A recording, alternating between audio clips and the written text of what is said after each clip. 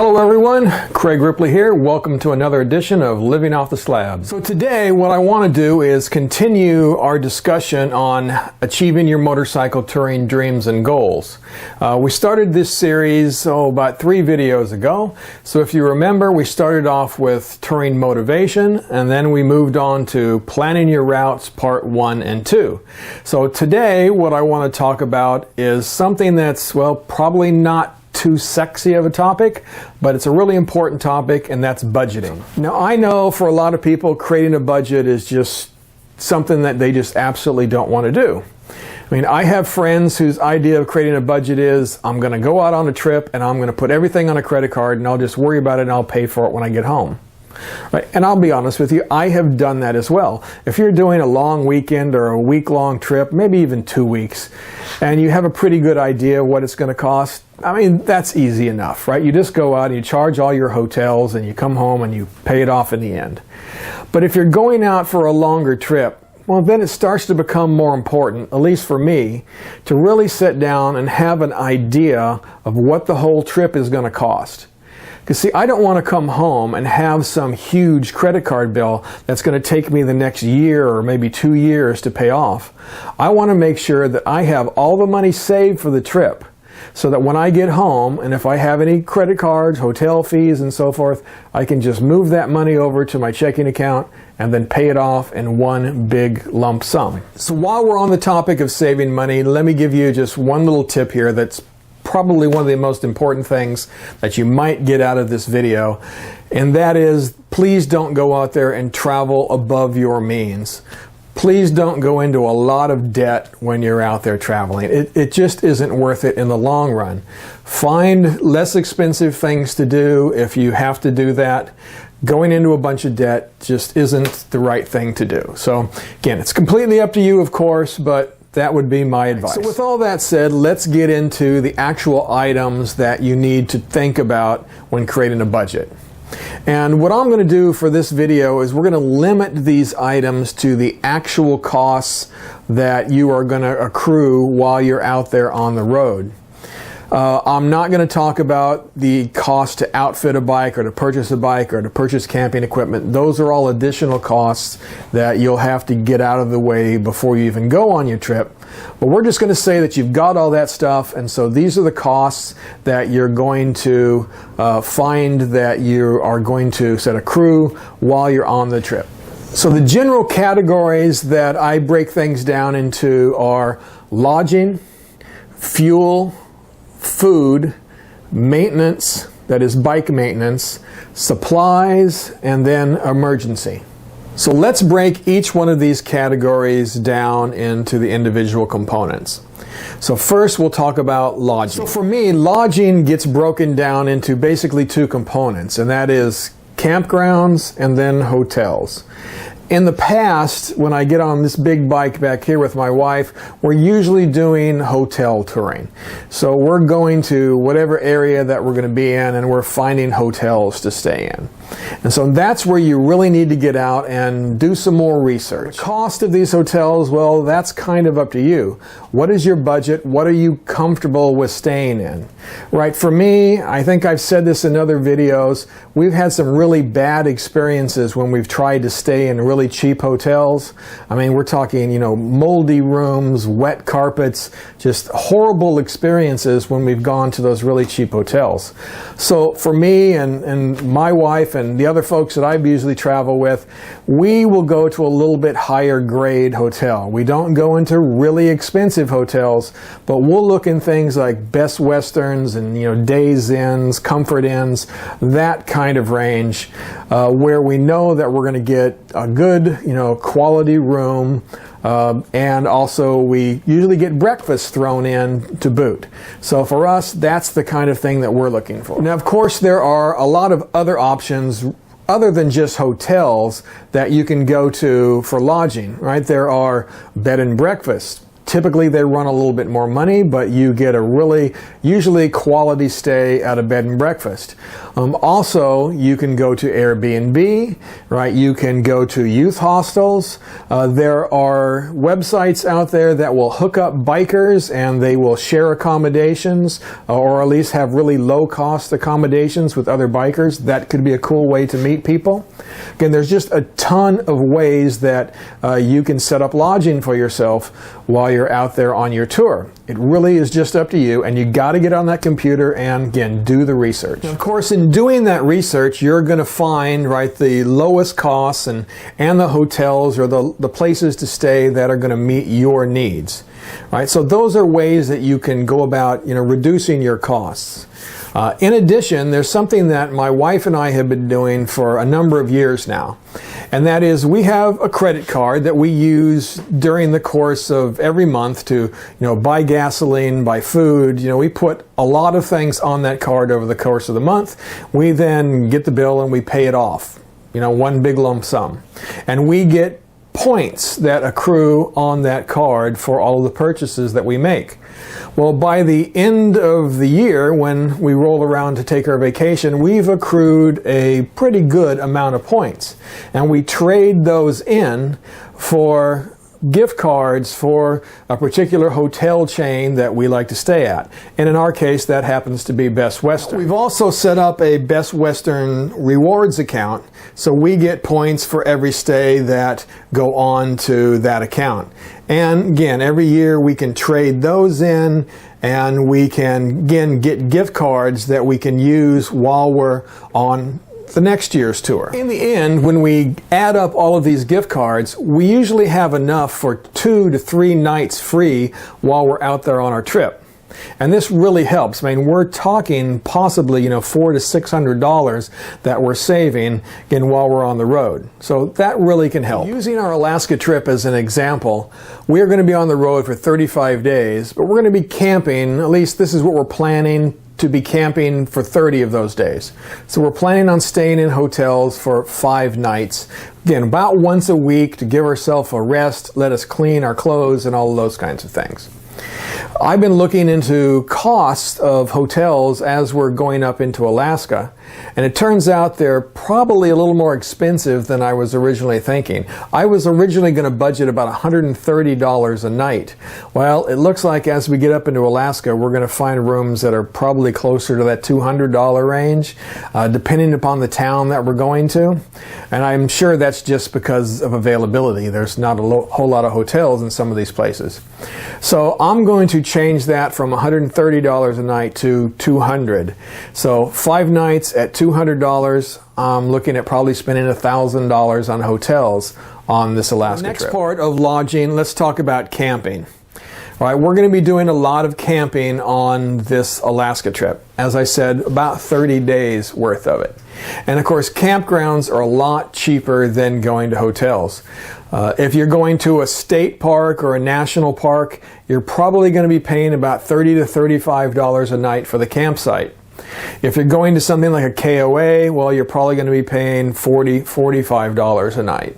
Again, it depends upon the season and depends upon the availability. So if you're going here in the U.S. anyway, and you're going during the summer, you really need to book ahead. Some of these things will book up and you won't be able to get in if you wait too late. So one of the nice things about camping, other than the fact that the campgrounds are pretty cheap, is that you can split that cost among the people that you're riding with. Now, I don't know about you personally, but I am too old to be sharing hotel rooms with anybody anymore.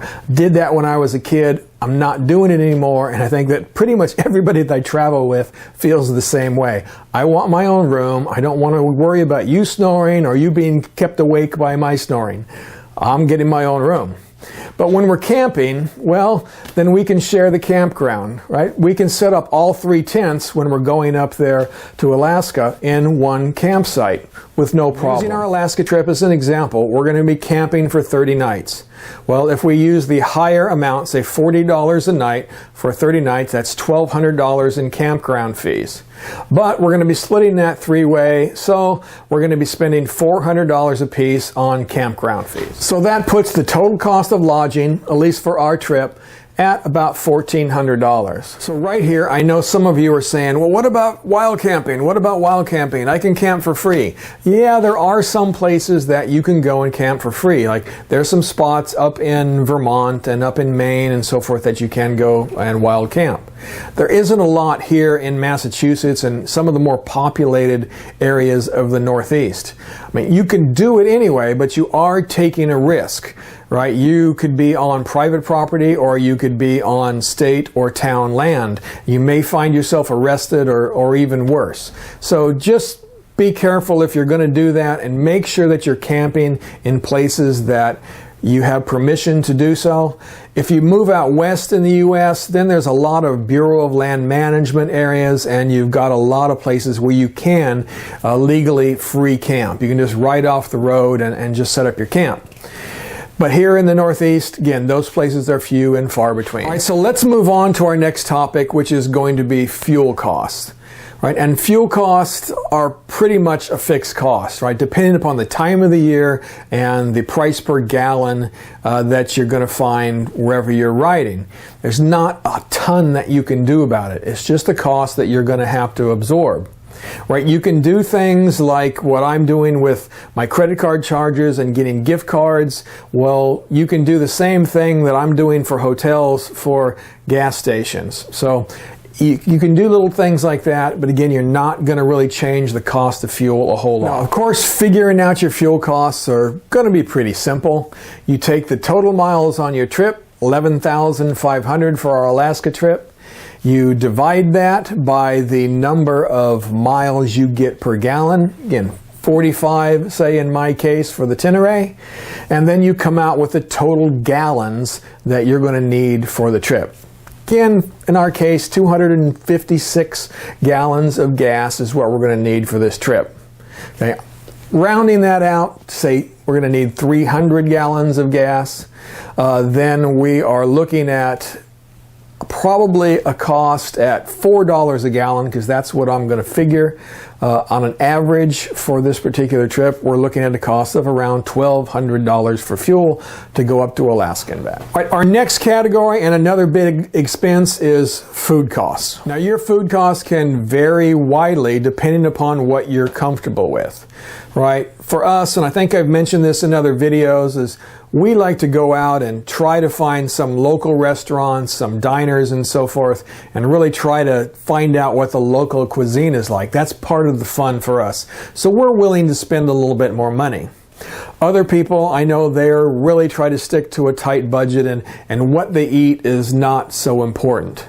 Right? I've heard people that will actually eat every meal at like a 7-Eleven or some other kind of convenience store, because you can find some decent food in there that's really cheap. You can go in and get one of those packaged sandwiches or an apple or an orange or something, or a lot of junk food as well. That's going to be pretty cheap to eat.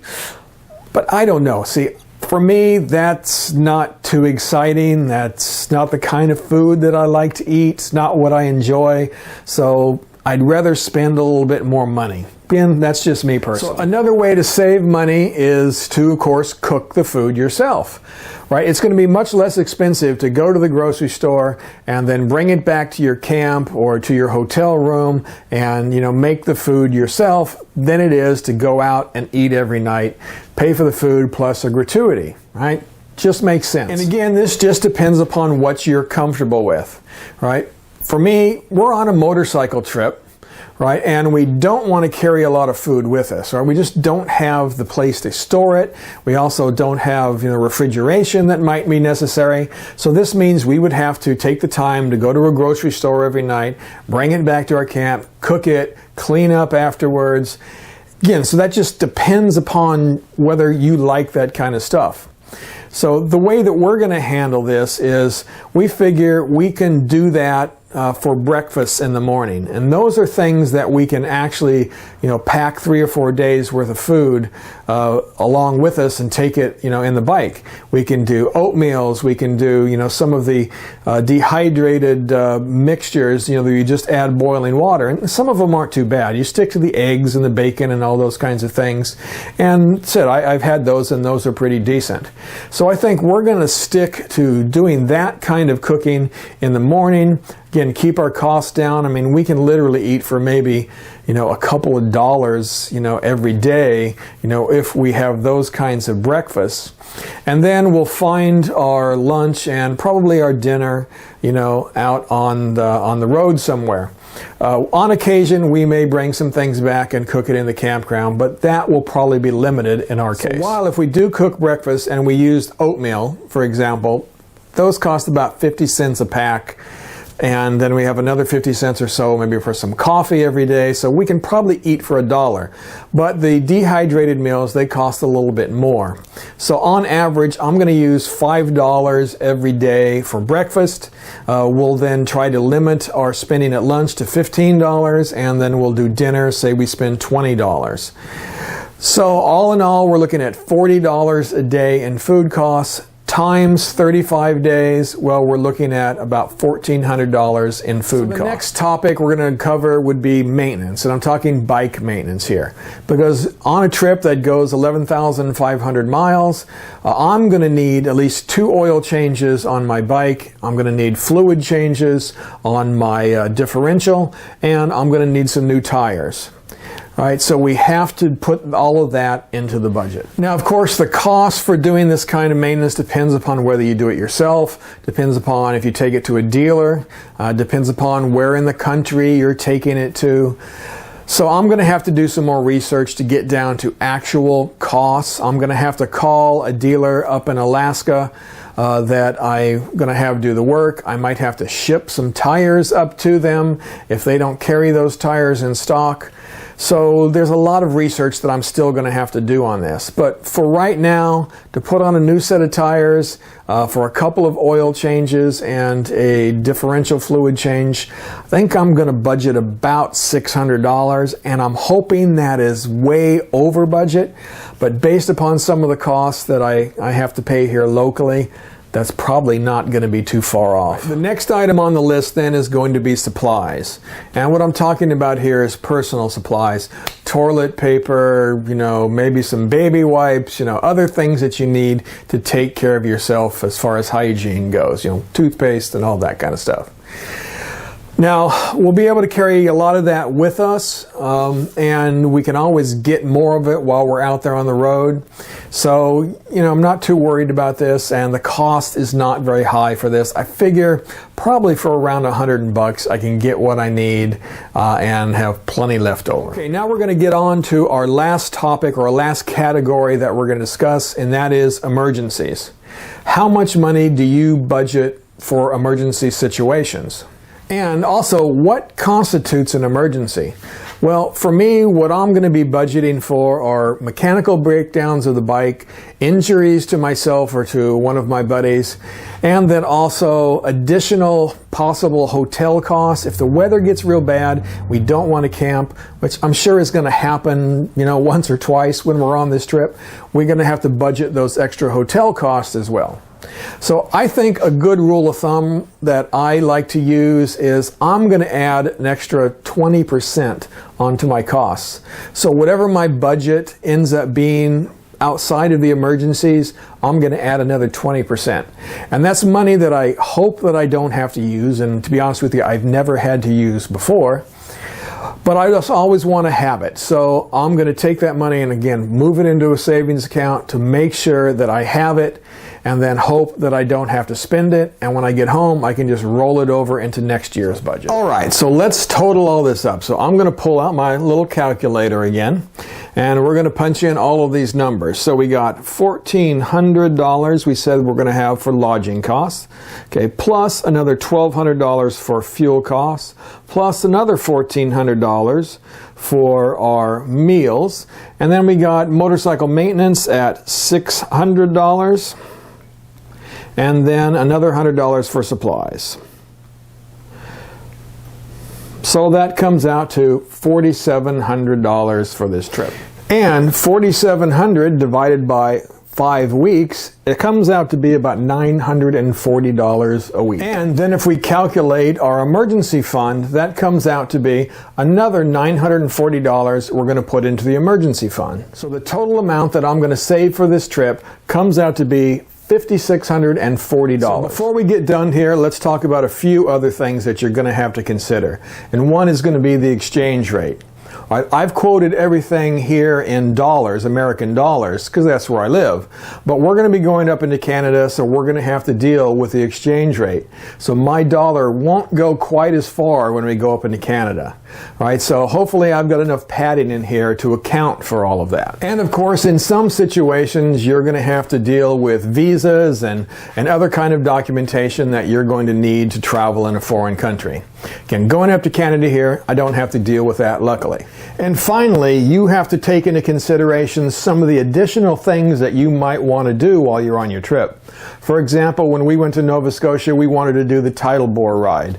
So we had to factor in a day off the bike, a day's stay at the campgrounds where they do the trips, and then of course the cost of doing the trip as well.